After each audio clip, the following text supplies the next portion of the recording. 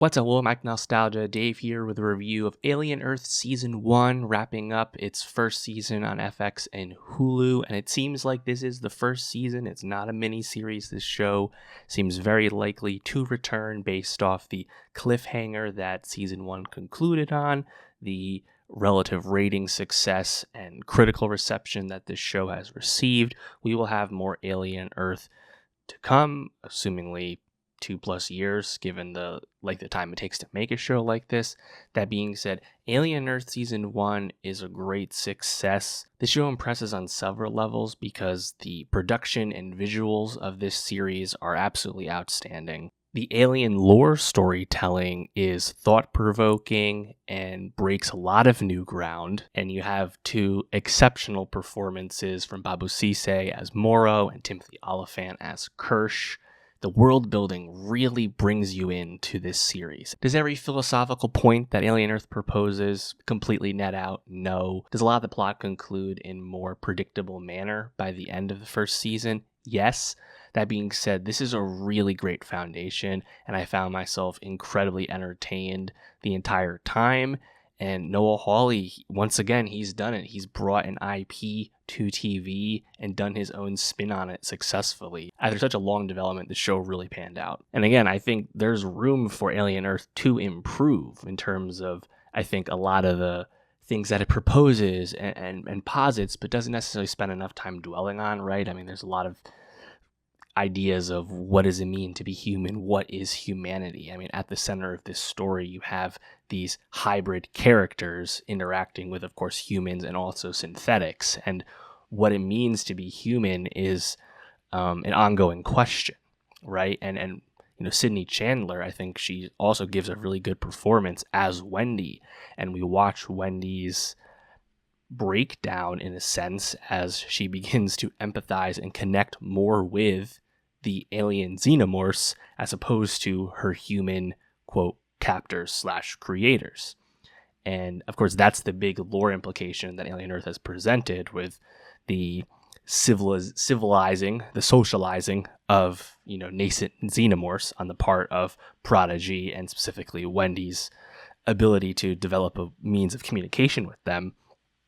That's certainly something new for Alien, but nothing as I watched Alien Earth stood out to me as like, oh, that's like a bridge too far or anything like that. Alien is coming up on a 50-year-old IP at this point. We had the make you feel good familiarity of Alien Romulus just last year. Alien Earth is taking this franchise and this storytelling in a different direction. I think there's certainly room for both. And of course, Alien Earth definitely brings you a lot of the familiarity of core Alien, right? The haunted house aspect of trying to survive against a xenomorph on a ship in the recesses of space, right? Of course, the really stellar, I think, pilot to Alien Earth leading up to the crash back on Earth. Everything, all the time spent on that original Weyland-Yutani ship. And of course, we get this spectacular flashback. It was episode 5 or 6 of Alien Earth. That's just classic, like pure Alien. And I love that Alien Earth was able to give us that. And, right from the jump, too, again, with that really great start. I mean, we get a lot of xenomorph early on. I wasn't really sure how that would go if we were going to kind of build up to it. But there's definitely plenty of xenomorph as you go throughout the series. Also, I think really successfully was the introduction of a lot of new creatures, right? Weyland-Yutani's ship wasn't there just to explicitly collect xenomorphs. They collected some other specimens, and of course the huge standout there is the eye alien, the eye monster, and its ability to possess a organic host, and everything going on with that. It seemingly having a level of intelligence, leading to it being able to kill one of the hybrids towards the end of the season. I think that was a really fun introduction. Does the eye monster going all the way to the beach and picking up Arthur as a new host maybe not make a ton of sense, given how that means the eye monster probably passed over a lot of those dead soldiers that the xenomorph had killed throughout the facility. We can let that slide. Looking forward to seeing more of the eye monster in season 2. Just some other things I liked about this season. I loved how each episode began with a brief title sequence that at the same time was serving as a recap of the previous episode and the previous, few episodes in the season, and you have the score kind of swell during that moment. Really efficient, artistic, gripping, really brings you right into the episode. Love that stuff. On the other side of that coin, the musical cues that we would get as an episode was about to end, usually like a lot of guitar, like a lot of rock, it felt a bit like out of place in a certain sense, a little less sci-fi than how the rest of the show's vibe was going. So interesting compare contrast, I guess, with the music here. Of course, as I said, two really tremendous performances here. Timothy Oliphant as Kirsch, of course, the synthetic for Prodigy for Boy Cavalier. Really, neurotic performance from Oliphant, who's such a charismatic, charming presence in most of his roles.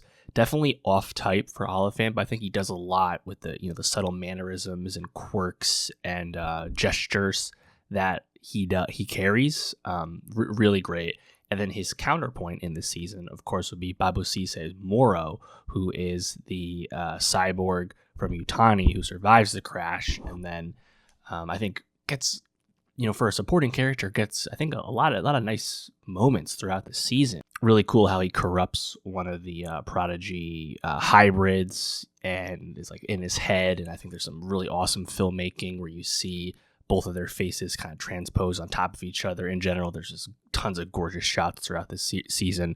But Moro returning back to Earth after all this time, and everyone, he left behind on Earth being dead. Of course, when he went out on his journey on the ship, it was for the head of Utani's grandmother at the time, right? And then him kind of being a man without a country, and his only mission is really to finish what he started. I really love that motivation. I think Sisay in general, like, he has this really awesome energy and physicality to his character, but also I think a really like kind of unique intelligence in terms of how it fits in the season. I think Boy Cavalier, definitely a character I could have used I think a bit more depth to. I like the performance from Samuel Blenkin. I think the Peter Pan motif for the most part worked, for someone who's supposed to be so smart and so intelligent. We learned some of his backstory, right? Creating his first synth at age 6, things like that, right? And having that synth be his proxy in the adult world till he came of age, and, of course, taking over many aspects of global life as one of the 5 big companies. We know all that. And he seems really fixated on intelligence and finding an equal and things like that. And that begins to fixate on the creatures and the eye monster particularly. But he does act pretty dumb at the end, underestimating, right, his creations and them becoming self-aware. And of course, the season concludes with the inmates running the asylum. But notably, everyone is still on the board. Really, nobody has died apart from, one of the kids, right? Everyone else is still there.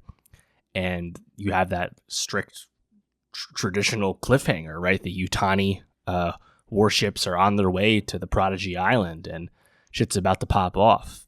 And that's cool, but very curious. Like it's open, right? Like, what's next? You have the Adam reveal in the finale that he was actually a synth, presumably the original synth that Boy Cavalier created.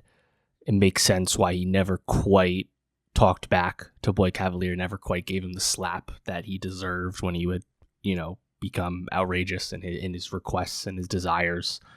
I think it lands fine. Again, we could have used a bit more. I think some stuff like I think the other hybrids and their struggles with their psyche and things like that. I think some of it's kind of up and down. I could have used a bit more. I think Alex Lawther's character, very important in the beginning of the season. His relationship with his sister in her, hybrid form.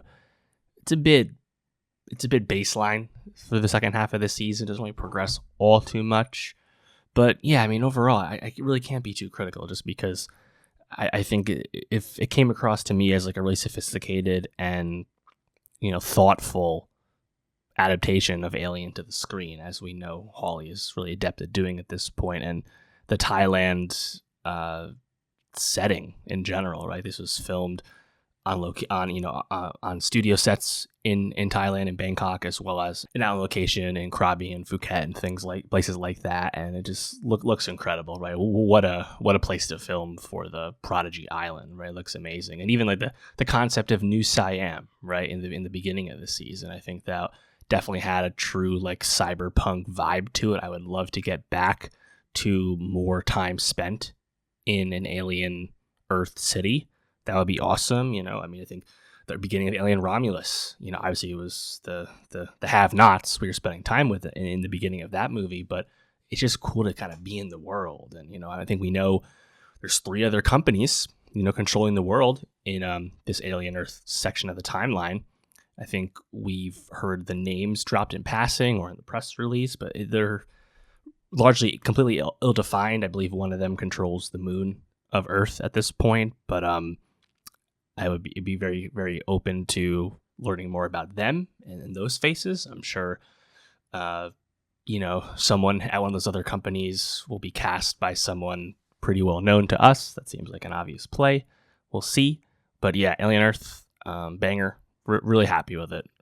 Really happy with it. Looking forward to season 2. Hopefully this gets the quick renewal and gets into production next year. Hopefully, maybe in the spring or something, and we can get this show returning in 2027. We'll see if that pans out. Let me know though. What'd you think of Alien Earth Season 1? What'd you like most about it? And for more TV reviews, subscribe, and I'll see you next time.